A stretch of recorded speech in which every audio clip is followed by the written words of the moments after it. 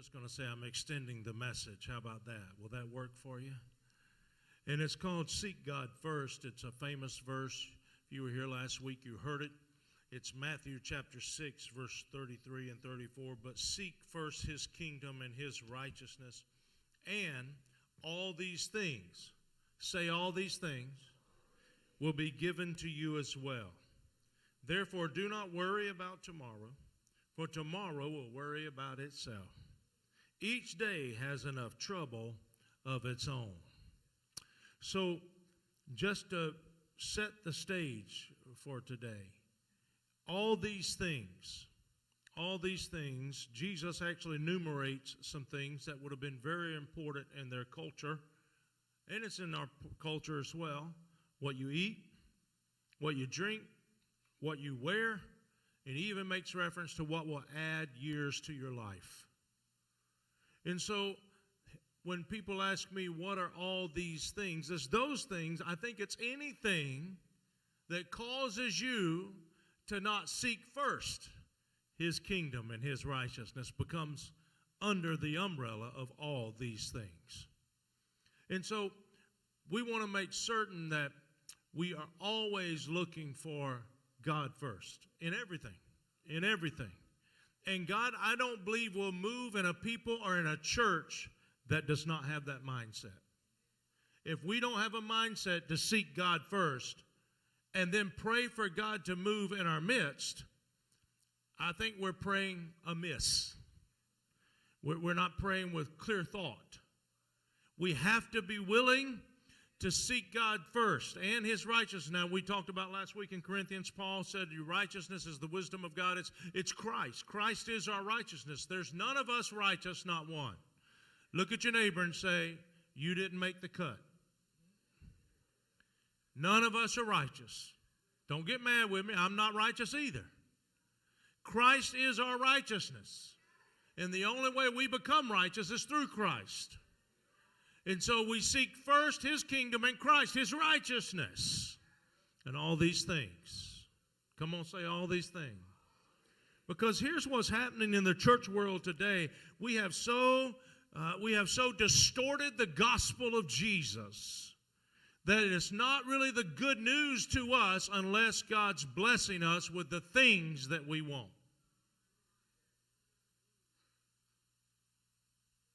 I'm not mad with anybody. I'm just saying that's what we've made it.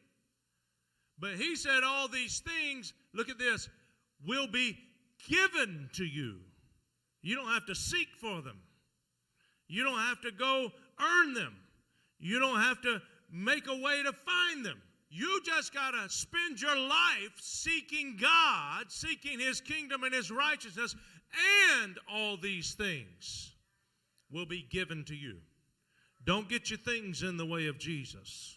I don't care what thing it is for you, and I can make a list for you if you want me to. I can make the list for you if you want me to. Earlier in this Sermon on the Mount, he had also said, blessed are those who are hunger and thirst for righteousness. They will be filled. They will be filled.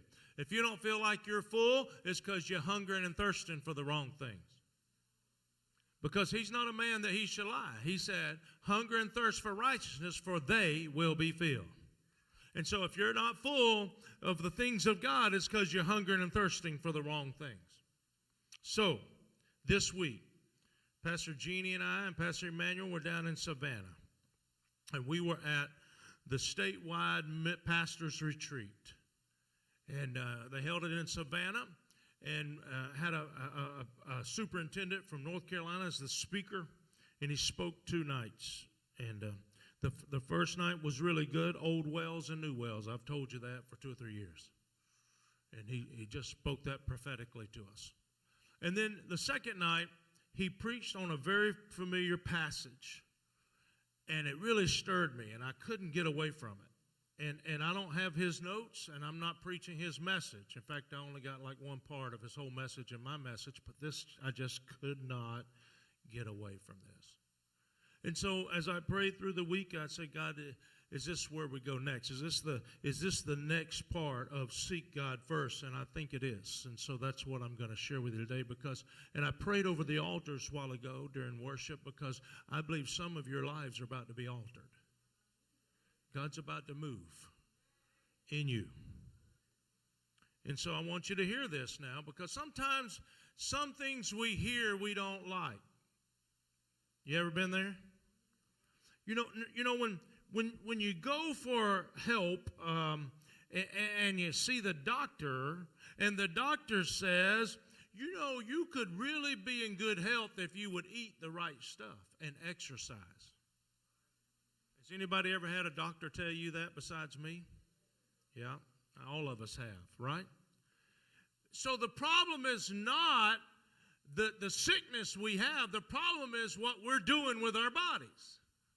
Are you with me? That's what they're saying. They don't say it that way, but that's really the truth, isn't it? If we would eat right and we would exercise and do the healthy things in life, we would stay pretty healthy. That's just bottom line. I don't like it either because I like all the wrong foods. I do. And I want to eat them. And I have to have discipline not to eat them. And God knows I struggle with that. And so it's the same thing when someone comes into my office or a counselor's office and says they're a couple or they're family and they're having family counseling or marriage counseling and they lay it all out before the counselor or the pastor, and the counselor or pastor looks at them and says, well, the problem is not the culture. The problem is you. And most of us think it's the other person's fault, right? Come on. I know you're sitting next to your spouse and you can't raise your hand, but just wink at me, I'll know. Right? We think it's the other one's fault.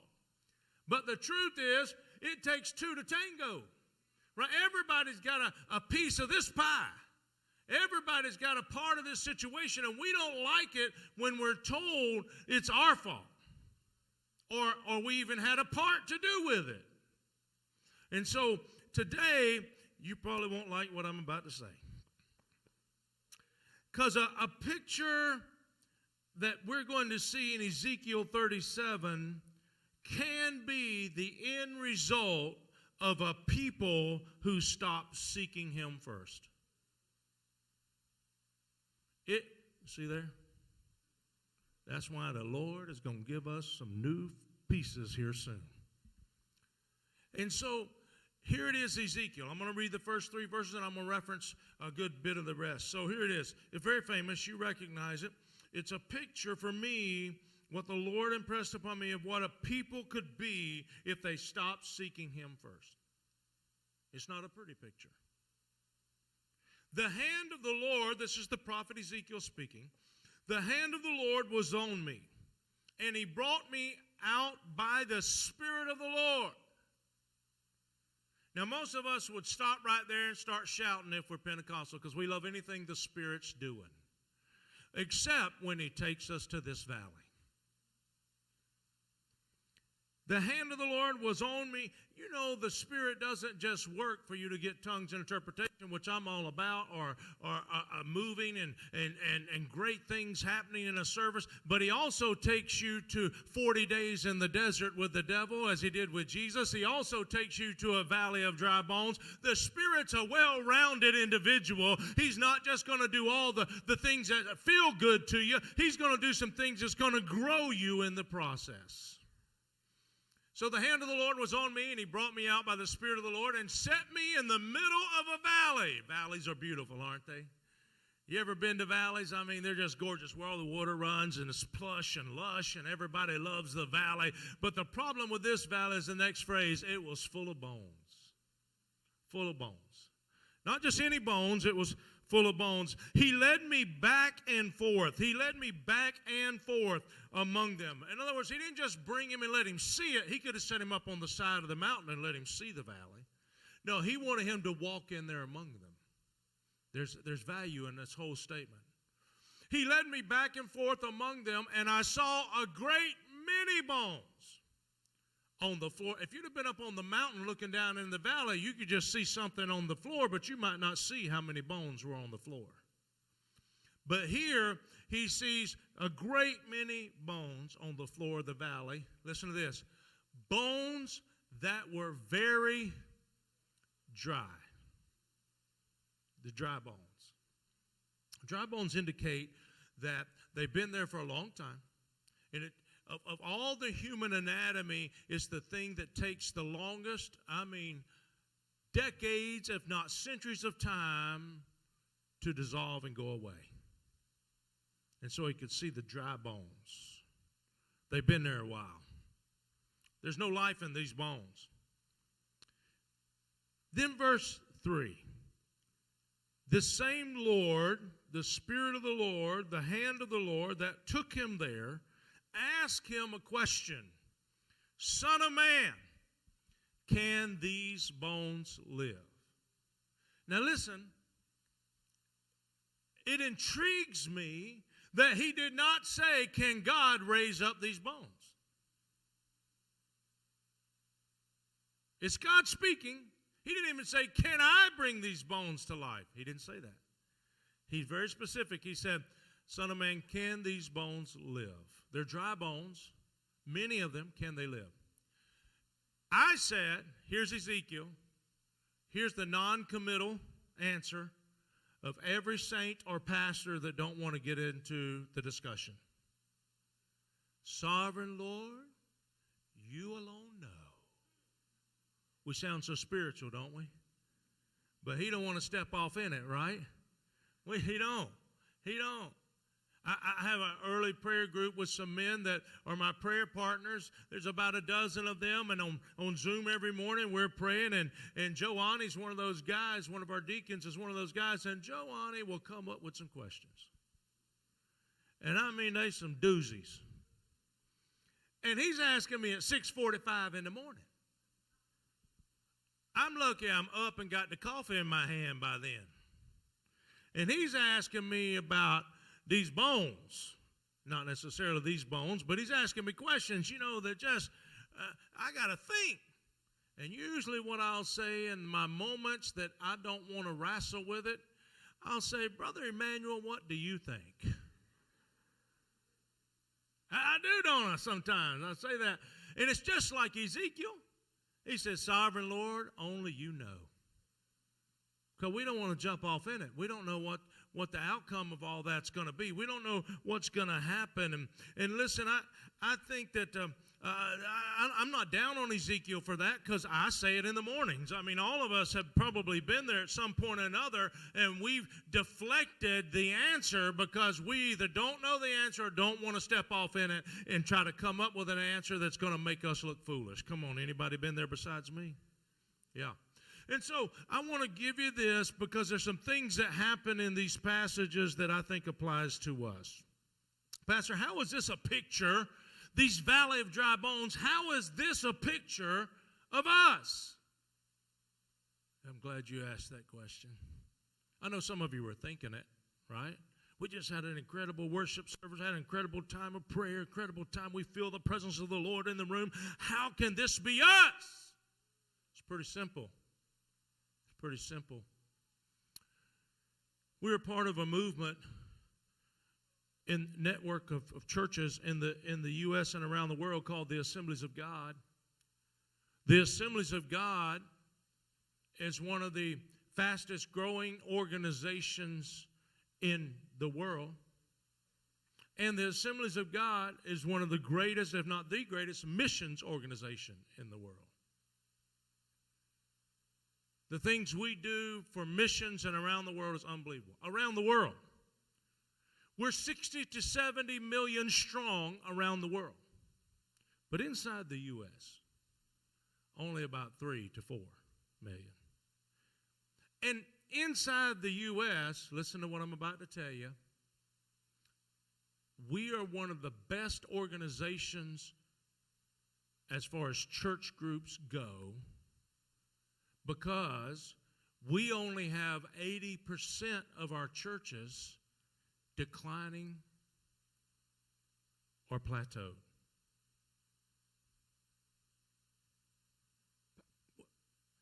Pastor, did I hear you right? In our movement, a Pentecostal movement, a soul-winning movement, a missions movement. 80% of our churches in the U.S. are in decline or plateaued. In other words, not growing anymore. Yeah, over the last 20 years. Yep, it's true. Actually, it's probably more longer than that, probably about 30 years. Listen to me. I said we're better than most, and that's true. Because many organizations have 90+% churches in America today. You know how many are being closed every year? You should Google it. How many pastors are getting out of ministry every year? I heard a stat just this week of how many in the month of January got out of ministry. It was mind-boggling. I don't know that I believe all of it, but there's enough smoke, there's a little fire somewhere, you know? At some point, somewhere, that's happening. Churches are closing, pastors are giving up, and they're bailing out, and there's not this whole wave of people coming up to go into ministry. Just not happening. And so, if that's the current condition of the church in America, then it isn't long before we're just left with a valley of dry bones. Are you with me? You with me now? I'm not down on us. In fact, I've been beating this drum for 20 years. I beat it in Florida and nobody listened, but now that Rick Ross, Dr. Rick Ross in North Carolina, the regional superintendent for the Assembly of God, he starts saying it and everybody listens. Sometimes it's who says it, right? Who has a little clout and who has a little knowledge and who has a little recognition. And so in Florida, they didn't believe me. I said it when I got here and kind of stayed out of it and said, I'm just going to work on the tab. And now it's being said all across our state. Because they recognize that these stats are not far from the truth. And we have to recognize exactly what's going on. Now, when you think of that term, 80% in decline or plateau, and then you look at the history of the tab, we're part of the stat. We're not the anomaly. We're not the 20% that are growing all the time. We're part of the 80. If you don't know the history of the tab, started in a storefront downtown, wasn't Assemblies of God, came into the assemblies, Brother Jimmy Mayo pastored, and it grew exponentially over 30 years. And got up to the height of its heyday being 1,800, 2,000, 2,200, according to who you want to believe, but somewhere in that number. And then when they moved out here, some people didn't make the move and numbers started to drop. And over and over and over, up and down, up and down, up and down. The problem was the down kept getting further down. Till I got here, there was about 350 that summer when I first came and preached. And then I looked at what was happening the first year and a half, and boy, we started getting a climb. And I was so excited. I was so excited because we were hitting 400, 450, even 500 on a good Sunday. Man, I was so excited. And then, don't even say it. It's a pastor's worst nightmare. All right, COVID. To where we only have about 60% return in most of our churches. 60%. So when we're hitting 400, 450 now, I'm so thankful when there's 200 people in the house now. And I'm saying, look, there are churches right now. I dealt with a church this past week, a pastor, that people in their church are leaving because they think the pastor's to blame for what happened. They don't say it that way. What they say is, you can't recover it. So we're just going to leave. Really? That's your attitude? Let me hold the door for you. And when you get out there, you watch. Because I ain't going nowhere till it happens. Right? So, if you look at everything that's happened, the tab is a part of the stat. We are. Let's just be honest. We are, right? However, what God is doing right now in our midst shows me He is not done with us. And He's not done with our community. And He's not done with our city. And we're going to see a harvest among harvests like I've never seen before. Sometimes He needs to clean the plate so there's room for some more. So, I want to give you this because that picture of 80% in decline or plateau is a far cry difference from Acts 2:47, where it added to the church daily those who are being saved. Right? It's a big difference. 80% in decline, us dropping from around 2,000 to 350 up to 450, back down to 200. That's a far cry from the Lord adding to the church daily those who are being saved. I'm not good with math, Brother Umana, but if there's 365 days in the year, on leap year 366, we should be growing by 365 people a year. Now think about that in terms of, since I've been here alone, that means we should have reached over 1,500 people, 5 years, right? Close to 20,000 people. Now, you're not going to keep all of them. I get that, but we ought to keep at least 10,000 of them. I can count this morning. There ain't 10,000 people in the room. And this ain't like the early service where we got 4 services after that are packed. It's not happening.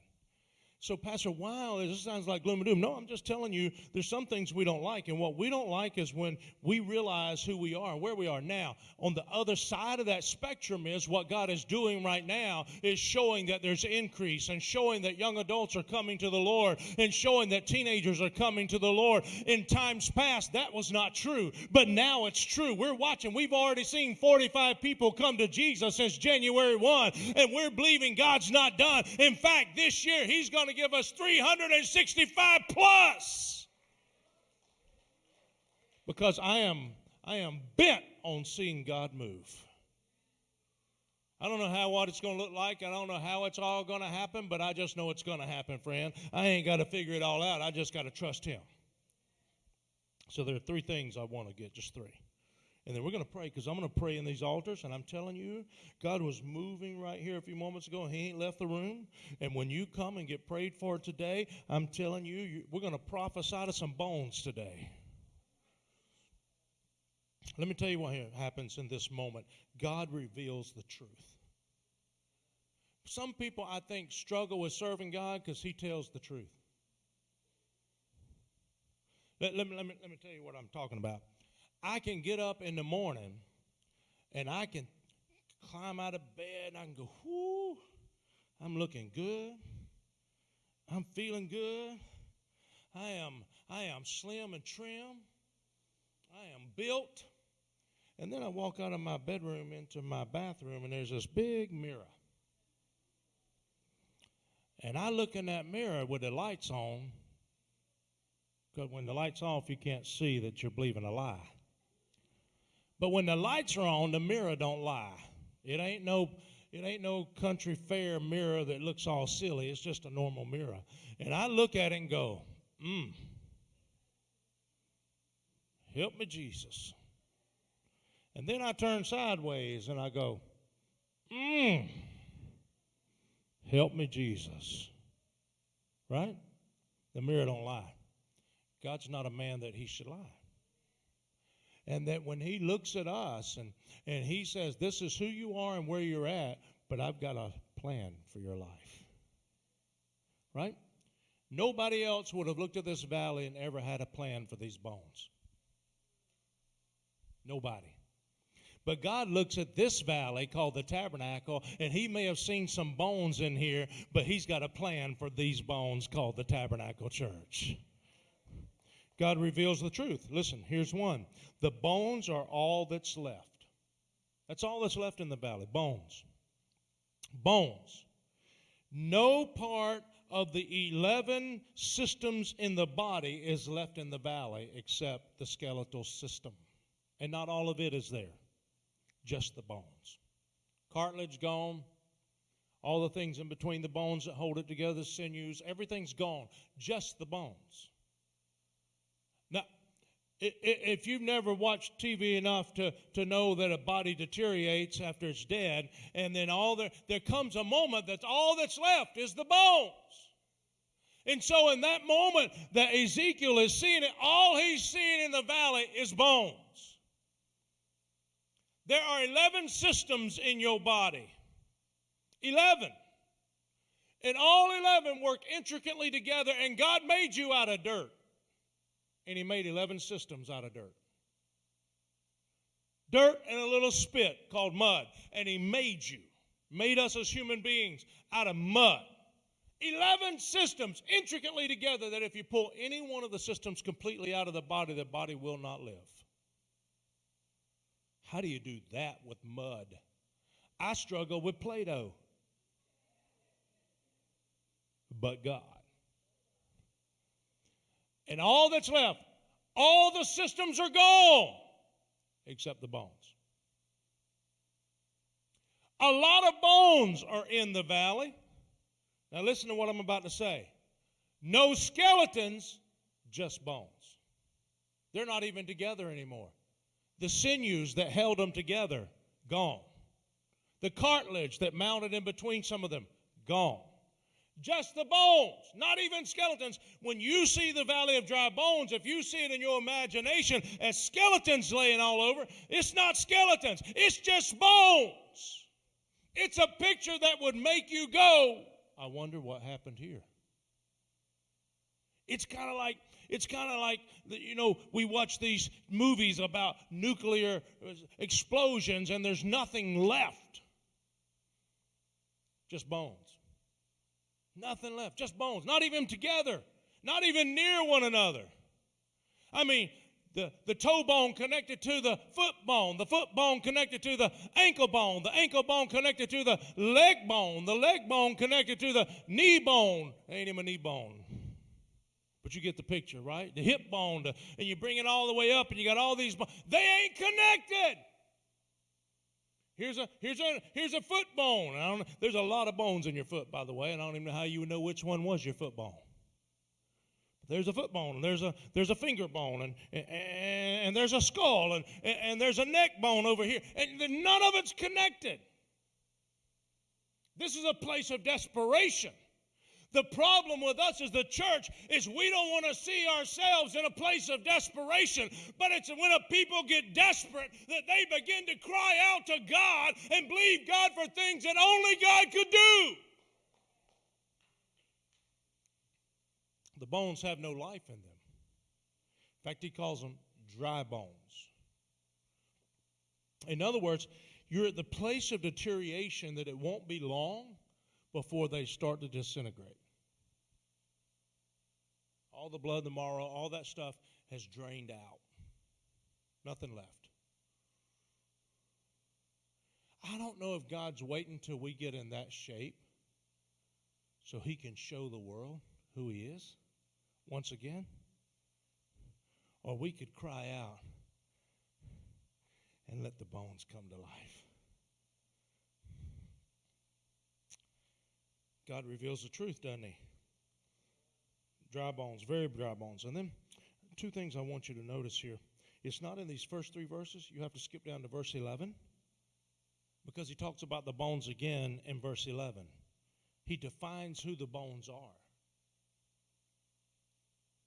This is where it gets scary.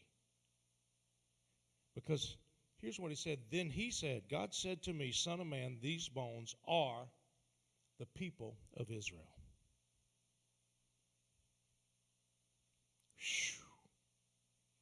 That's when the counselor or pastor looks at you and said, you're to blame too.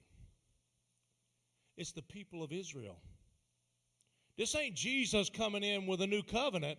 This is God speaking through the prophet Ezekiel, and he says to Ezekiel, Son of man, these bones that I'm showing you all in the valley, these dry bones are the people of Israel. Now, just so you know, the people of Israel, this whole Old Testament is given to us an example of how God works and how he works with you. And it's revelation for us in the New Testament that we understand that we will be treated the same way the Israelites were because we're engrafted in. And we become a part of the Abrahamic covenant. And because we're engrafted in, you can expect the very same thing. That if God sees us as dry bones, he ain't going to pull no punches. He's going to look at us and he's going to say to us, these dry bones in America today is my church.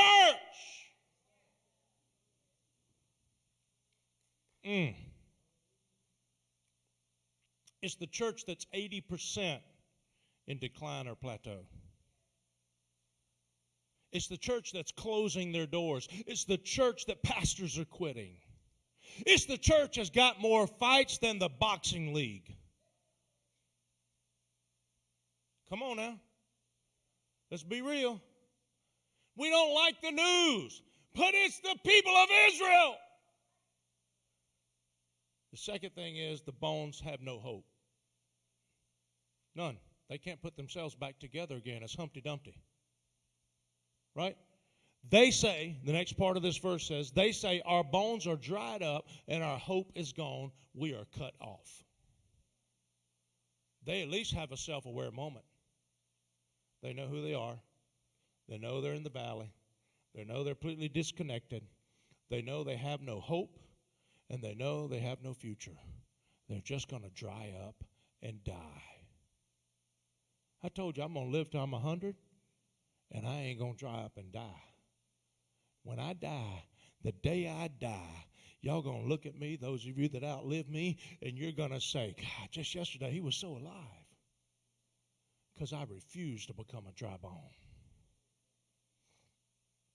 And I refuse to let a church or people that I can influence become dry bones. If you choose to be a dry bone, it'll be your choice, not mine. It'll be your decision, not mine.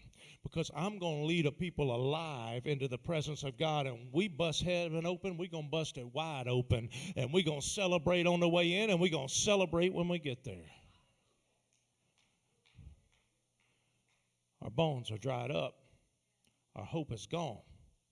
We are cut off. God reveals the truth with these bones. Secondly, God revives our faith first in the valleys. God revives our faith first in the valley. Look at verse 3. He says, God asked him, Son of man, can these bones live? He said, Sovereign Lord, you alone know. That question stirs something in the heart of Ezekiel that makes him reckon with what he really believes. Notice he didn't lead. It wasn't, for the attorneys in the room, it was not a leading question. He wasn't trying to lead him to an answer, because you can make an objection on that. Right? No, it wasn't a leading question. He didn't say, can I do it? Can the Father do it? Can the Son do it? Can the Spirit do it? Can the miracle still happen? He didn't do anything to relate it to himself in the question. He said, Son of man, can these bones live? I think what God's looking at the valley of dry bones, the church world today, and he says, do you think I can do it again? Now look, your answer can't be, oh Lord, do it again. You did it then, do it again. Come on, Lord, do it again. Shouting it ain't going to make it right. Living it makes it right. He wakes up the faith within him with this question. Ezekiel doesn't know how to answer yet, but I can tell you right now something's stirring in Ezekiel's heart, because he's never been in this situation before. We have no record of him ever being in a valley of dry bones before. We have no record of any incident like this ever happening again in Ezekiel's life or before. We don't know what's going on, but I promise you, as a man of God, that this man of God has something stirring inside of him. What do I really believe?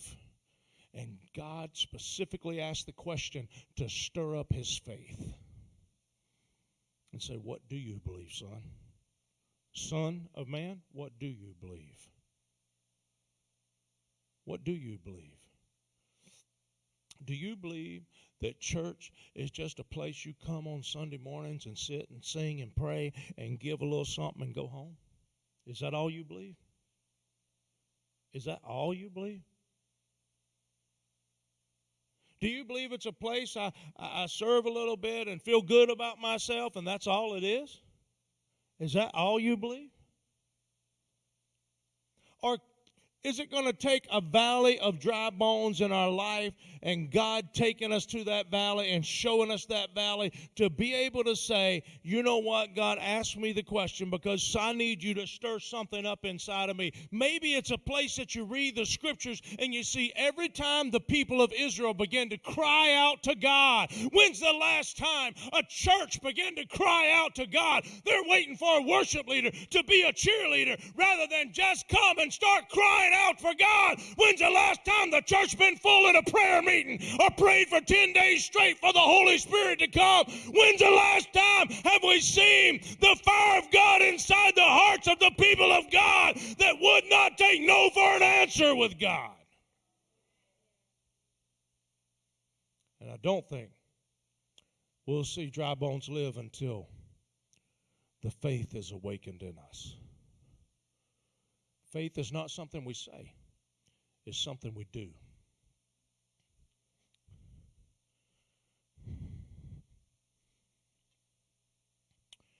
God reveals the truth, revives our faith first, and thirdly, God reestablishes our partnership. Reestablishes the partnership. Look down at verse 4. I had to read it several times because I think we miss this. I really do. I think we miss it. Then God said to me, Ezekiel, God said to Ezekiel, prophesy to these bones and say to them. Wait a minute. God didn't speak to the bones? No. God spoke to Ezekiel. It was Ezekiel who spoke to the bones. He told him what to say. He gave them the exact words. He said, say to them, dry bones, hear the word of the Lord. Now just think about that for a moment. You're in a valley of dry bones, no skeletons, no sinew, no tissue, no skin, no digestive system. No, all the systems are gone. Only bones spread out all over the place, and there's no life left in them. They're dry. They're about to go into dust. And he looks at them, and he speaks to these bones laying all over this valley. And he says to these bones, dry bones, hear the word of the Lord. Now look, that's cool for us in a church in 2023. But I can tell you right now, Ezekiel was glad wasn't nobody else in that valley with him. Because they would have thought, you have lost your mind. And there are going to be a lot of people think you lost your mind when you believe God for great things. And you're obedient to him. Dry bones, hear the word of the Lord. This is what the sovereign Lord says to these bones. I will make breath enter you, and you will come to life. I will attach tendons to you and make flesh come upon you and cover you with skin. There's about 4 of the systems mentioned right there.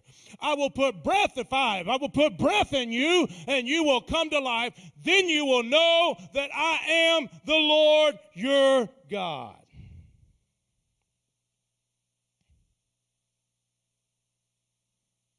I really believe we miss it. That God, no doubt, he's able. No doubt he's the resurrection and the life.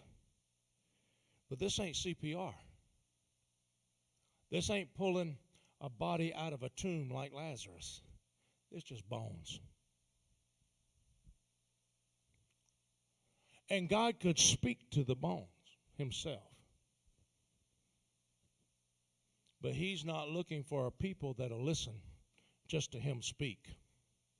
He's looking for a people that'll listen to him, be obedient to him, and begin to prophesy themselves in the way he says it. Now look, be careful, because I do want to say this, because a lot of people prophesy about things and ain't got nothing to do with God. You know, they're just making up stuff as they go, thinking they're doing good. You know, and I applaud them because at least they're trying. But maybe they need a little instruction. Maybe they need a little help. Maybe they need a little encouragement. Maybe they need a little direction. But get them to the place where they learn to hear what God is saying and then repeat what they heard. Not just make up stuff as they go. I can make up stuff all day long.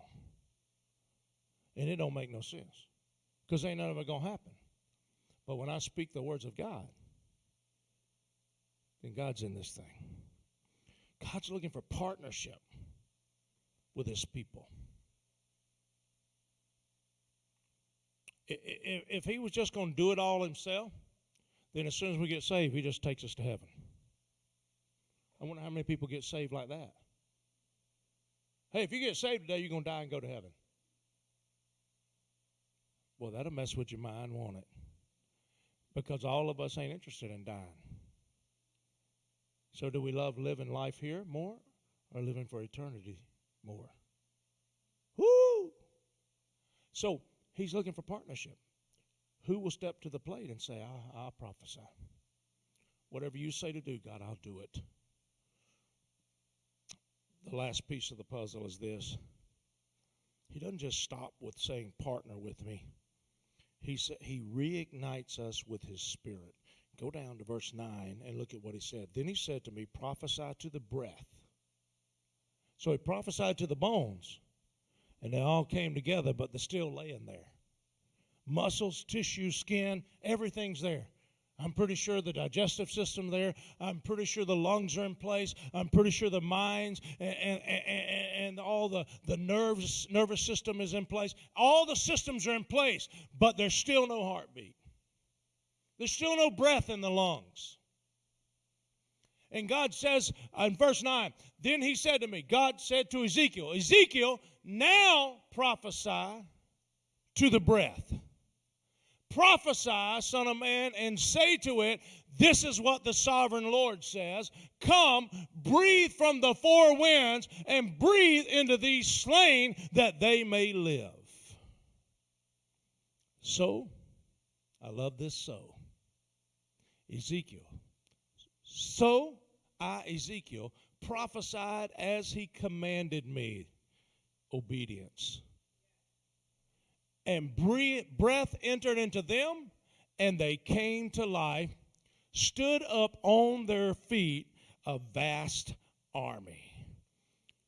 To verse 12. Therefore prophesy and say to them,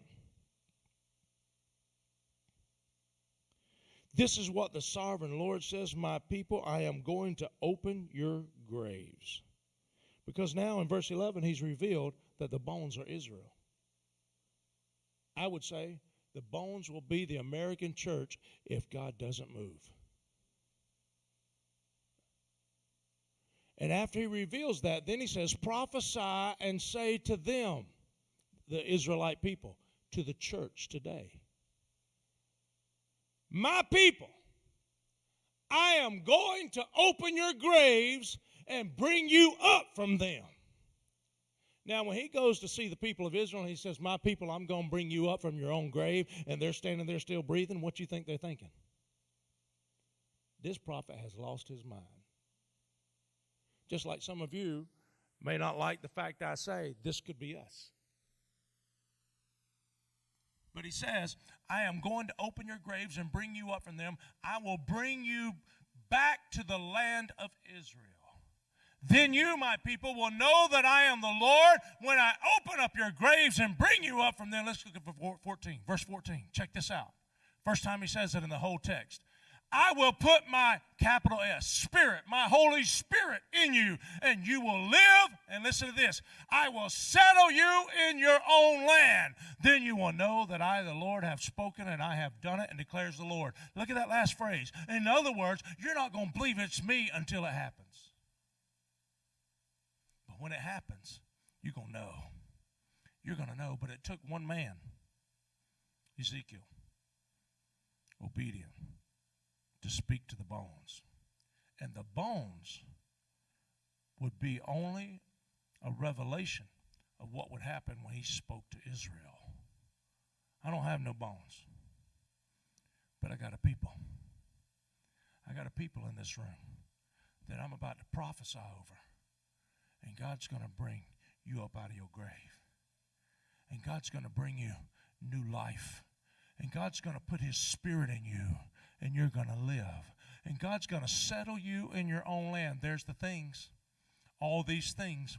You've been looking for settling in your own land. You've been looking for houses. You've been looking for neighborhoods. You've been looking for cars. You've been looking for clothes. You've been looking for what to wear. You've been looking for what to eat. You've been looking for how you can add years to your life. Listen to me, friend. You seek God first, and he'll take care of all these things because he said, I will settle you in your land. Then you will know that I, the Lord, have spoken, and I have done it. God reignites us with His Spirit. He reveals the truth to us. He reveals the truth to us. He revives our faith. He reestablishes our partnership, and it reignites us with His Spirit. Now listen, as I get ready to pray, today's message may have revealed to you. The truth is, I don't have anything left. Just like the bones. I don't have any life in me left. I'm kind of wore out, burnt out. I don't have any hope left.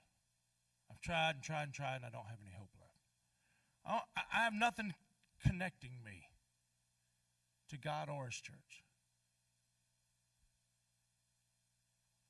If you can get honest about that, you're in position to be brought to new life. If you've never known Him, to know Him. If you've known Him and you feel like there's not a relationship that you should be in, you can have it.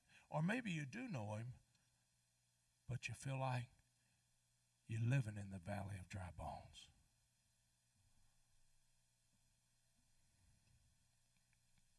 Because I'll tell you what, using this text as my lead, we will prophesy to your bones today that God will bring breath into you, that God will bring you from the grave, that God will make you connected to Him in a new way and with others. God will cover you as He did with the skin. God will put His Spirit in you. God will cause you to live, and God will settle you in your new place.